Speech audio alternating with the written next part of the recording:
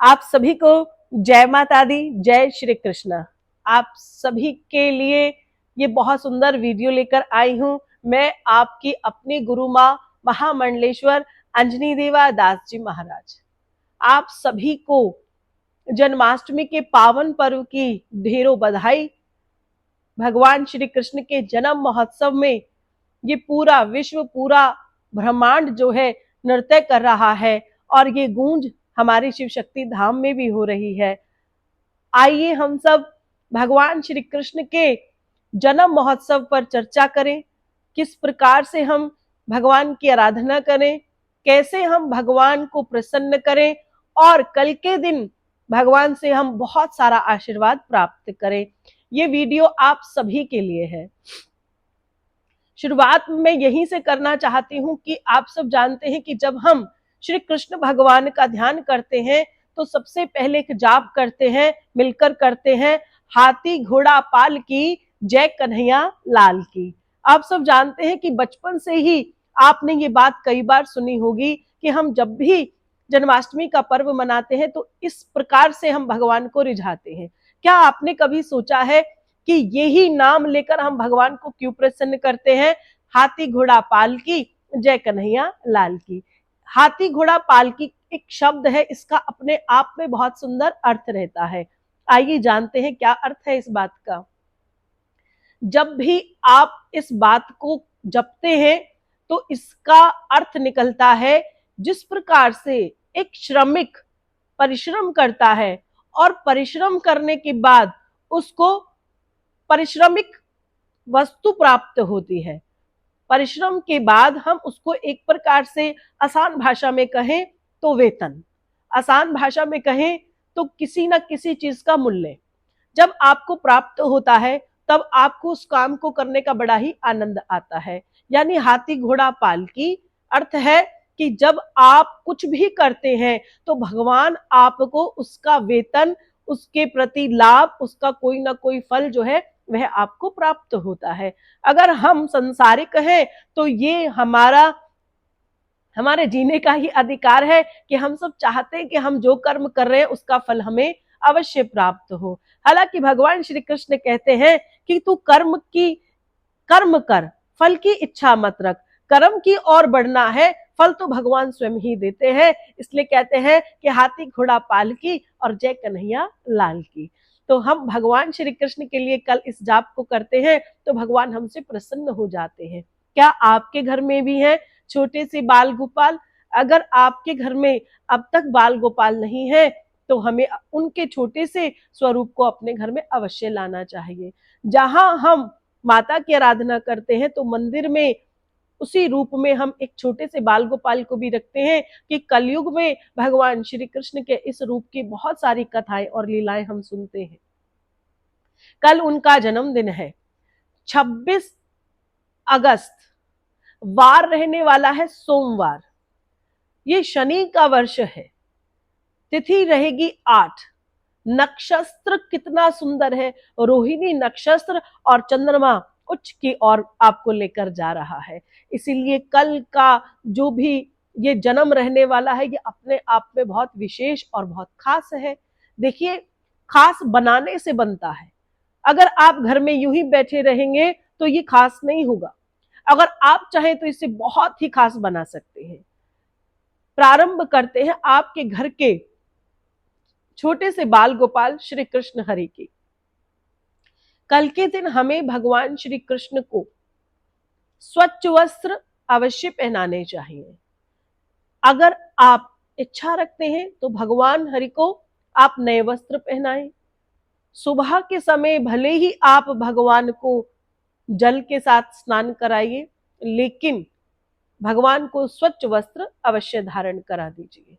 भगवान को चंदन का तिलक लगाइए, भगवान को तुलसी अर्पण कीजिए और भगवान श्री हरि की आराधना कीजिए। जो लोग व्रत रखते हैं वैष्णव संप्रदाय में, वैष्णव रूप में जितने भी भक्तजन हैं जिनके इष्ट भगवान श्री हरि कृष्ण है, वे सभी भगवान के निमित्त जन्माष्टमी के दिन व्रत रखते हैं। कुछ लोग इस व्रत को निर्जला रखते हैं, कुछ लोग इसे फलाहार रखते हैं, कुछ लोग अल्प आहार रखते हैं। उस प्रकार से इस व्रत को किया जाता है। भगवान को आप प्रसन्न करने के लिए भगवान श्री हरि का मंत्र का उच्चारण कीजिए।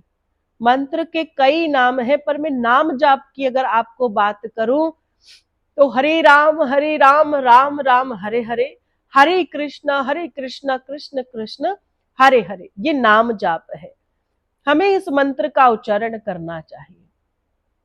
भगवान श्री हरि के लिए ओम क्लीम कृष्णाय नमः का भी ये मंत्र है, लेकिन नाम जाप से ही आनंद हो जाए तो इसमें कहना ही क्या है।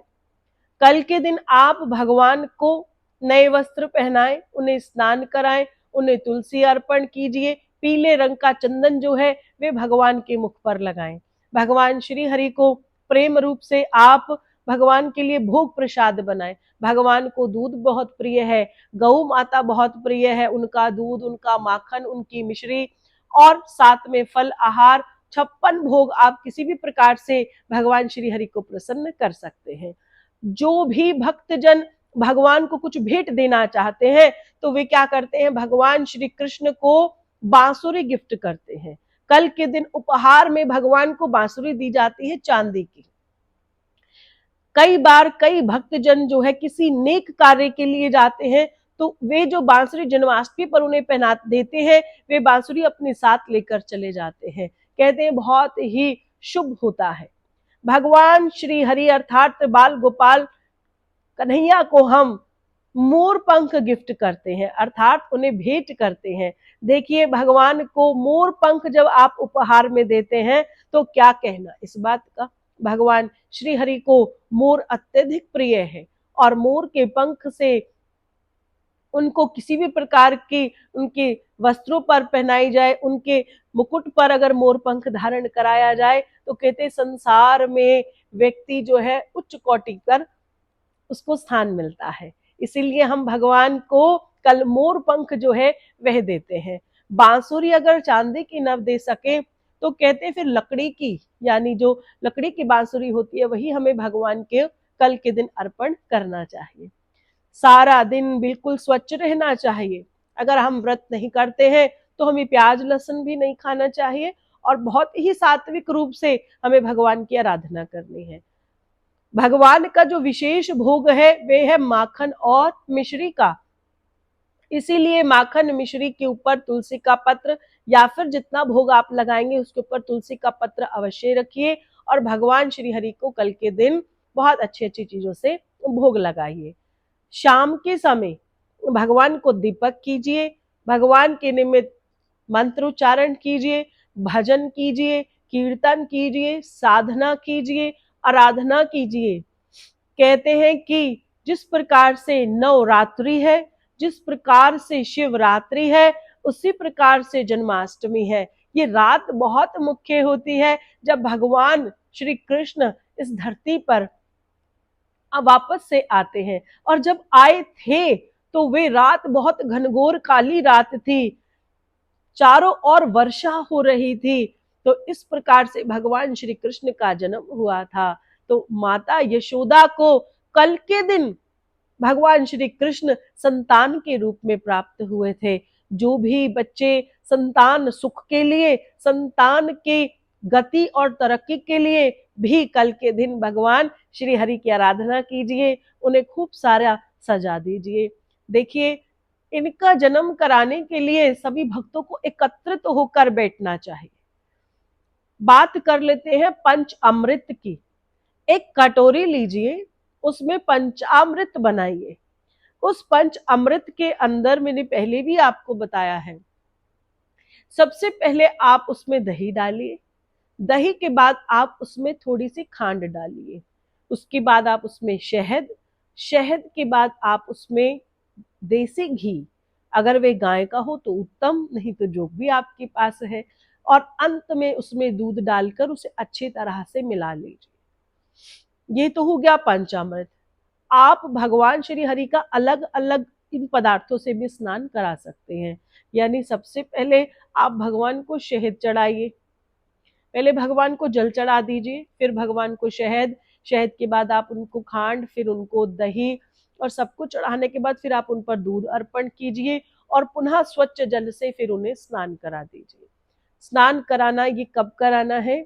जैसे आप भगवान श्री हरि का जन्म कराते हैं।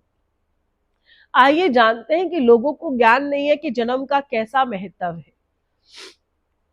खीरा आपने सुना होगा, खीरे का जो फल होता है वो जब टहनी से टूटता है तो टहनी के साथ एक डंडी होती है, वह भी खीरे के साथ जुड़ी हुई होती है। जिनके घर में श्री कृष्ण का जन्म होता है वे सभी जो है उस पहले टहनी को काटते हैं, उसे डंडी से अलग करते हैं और इसी मानसिक रूप से कि भगवान आपका जन्म हो गया है, जैसे हमारा बच्चा और माँ का नाड़ू होता है हम उसे अलग अलग काटते हैं, ठीक उसी प्रकार से हम खीरे की डंडी को खीरे से अलग कर देते हैं और यही भगवान से मानसिक रूप से प्रार्थना करते हैं कि अब आपका जन्म हो गया है और ये वो जन्म है जो हमारे सारे दुखों को मिटाने के लिए हुआ है, धर्म की रक्षा के लिए हुआ है, प्रेम संबंधों के लिए हुआ है। हमें अपने कर्म कैसे करने हैं उस पर हमारा ध्यान भगवान दिलाते हैं। धर्म के बाद कर्म की ओर भगवान हमें ले जाए, हमें धर्म से जोड़ते हैं भगवान, हमें सत्य के मार्ग पर चलाते हैं भगवान श्री कृष्ण। इसी जन्म के साथ, इसी ध्यान और वचन के साथ हम भगवान का ध्यान करते हैं, फिर भगवान का स्नान कराते हैं। भगवान के स्नान के जल में भी हम एक दो पत्र जो है वे तुलसी के डाल सकते हैं और उसके बाद हम भगवान का श्रृंगार करते हैं। जिस प्रकार से पूरी विधि में खीरे का होना बहुत अनिवार्य है, ठीक उसी प्रकार से श्रृंगार के समय इत्र का होना बहुत अनिवार्य है। इसलिए आप सभी से प्रार्थना है कि आप सारे श्रृंगार में भगवान को कोई भी इत्र जरूर लगाइए। अगर मोगरे के फूल का इत्र होता तो वे भी भगवान को प्रिय, नहीं तो आप चंदन का इत्र भी भगवान को लगा सकते हैं। श्रृंगार के बाद उन्हें बांसुरी भेंट रूप में प्रदान कीजिए। जैसे भी बांसुरी आपके पास है, चांदी की, लकड़ी की या जो कुछ भी है, आप भगवान को कहिए कि आप इसे स्वीकार कीजिए। उसके बाद हम भगवान का झूला बनाते हैं और भगवान को उसमें झुलाने के लिए बिठा देते हैं। सारी संगत नहीं तो घर के सभी सदस्यों को भगवान को झूला अवश्य देना चाहिए। कहते हैं कि जिसने जन्माष्टमी के दिन भगवान को एक बार भी झूला झुला दिया तो जिस प्रकार से झूला ऐसा ऐसा होता है, जीवन के कष्ट भी जो है ऐसे ऐसे आकर यूं ही चले जाते हैं। तो कल रात भगवान को झूला आप सब अवश्य अवश्य झुलाइएगा। लगाएंगे भगवान को बड़ा बड़ा अच्छा अच्छा भोग। अब भगवान श्री हरि का जन्म हुआ है तो ये बधाई तो हमें बनती है। पहली बात तो यह कि भगवान को बधाई अवश्य देनी है। यानी जिस प्रकार माँ अपने आभूषणों को उतार के बच्चों के ऊपर से वार कर लुटा देती है, तो कल के दिन गरीब से गरीब व्यक्ति को भी 1 का सिक्का, 5 का सिक्का, 10, 11, 21 जैसा संभव बने ठाकुर जी की नजर को अवश्य उतारना चाहिए। फिर उसके बाद भगवान की हमें आरती करनी है, भगवान को भोग लगाना है। भगवान के भोग में भी पंच अमृत का होना बहुत अनिवार्य है। पहली चीज तो हमें पंचामृत बनाना है। फिर भगवान के निमित्त हम कतली भी बना सकते हैं, नारियल की बर्फी, हरा धनिया होता है उसकी बर्फी भी हम भगवान श्री हरि को भोग लगाते हैं। गुड़ जीरे का भोग होता है और हम खुशी से भगवान को आजकल के समय के अनुसार टॉफियां बांट देते हैं। टॉफियों में चॉकलेट वाली टॉफी नहीं होनी चाहिए, जिसमें किसी भी पदार्थ का जो कॉफी से जुड़ा शब्द है वह नहीं होना चाहिए। आप फल फूल मिठाई या फिर टॉफी साधारण रूप से चीनी वाली जो बनी होती है उसका ही भोग लगाए। चॉकलेट इस दिन आप किसी को भी न दें। चॉकलेट वाला केक या फिर अन्य कोई भी केक काट कर आप इस बात का विशेष ध्यान रखिए कि ये हमारी सभ्यता नहीं है, इसलिए आप केक नहीं काटिए। आप जिस प्रकार से भी ठाकुर जी का जन्मदिन सदियों से मना आ रहा है वही तरीके से जन्मदिन मनाइए। आशा करती हूँ छोटी छोटी सी बात है आपको जरूर समझ में आ गई होगी। विशेष बात यह है कि जो कल का योग बन रहा है उस योग में आप सभी घर में बनाया हुआ या फिर जो सफेद कलर का स्वच्छ आपको माखन मिले, थोड़ी सी मिश्री मिले, एक कटोरी में घोलकर दोनों चीजों को डालिए और अपनी सीधे हाथ की पहली उंगली को उसमें रखिए और चक्र की तरह उसको ऐसे गोल गोल घुमाइए और एक कामना कीजिए। कामना यही करनी है, ओम क्लीम कृष्णाय नमः, ओम क्लीम कृष्णाय नमः। और उसके बाद 108 बार पाठ करने के बाद, जन्म महोत्सव मनाने के बाद आप दिन में ही इस सामान को मंदिर में रख दीजिए। रात के समय ये पाठ करना है और उसके बाद वहीं बैठकर आप इस माखन मिश्री को खा लीजिए। आपके सभी मनोरथ पूर्ण हो, सिद्ध हो, जीवन आनंदमय हो। ये छोटी सी वीडियो आप सभी मिलकर सुनिए, अवश्य सुनिए, बहुत सारा प्यार दीजिए। आप सभी को जय माता दी, जय श्री कृष्ण, राधे राधे।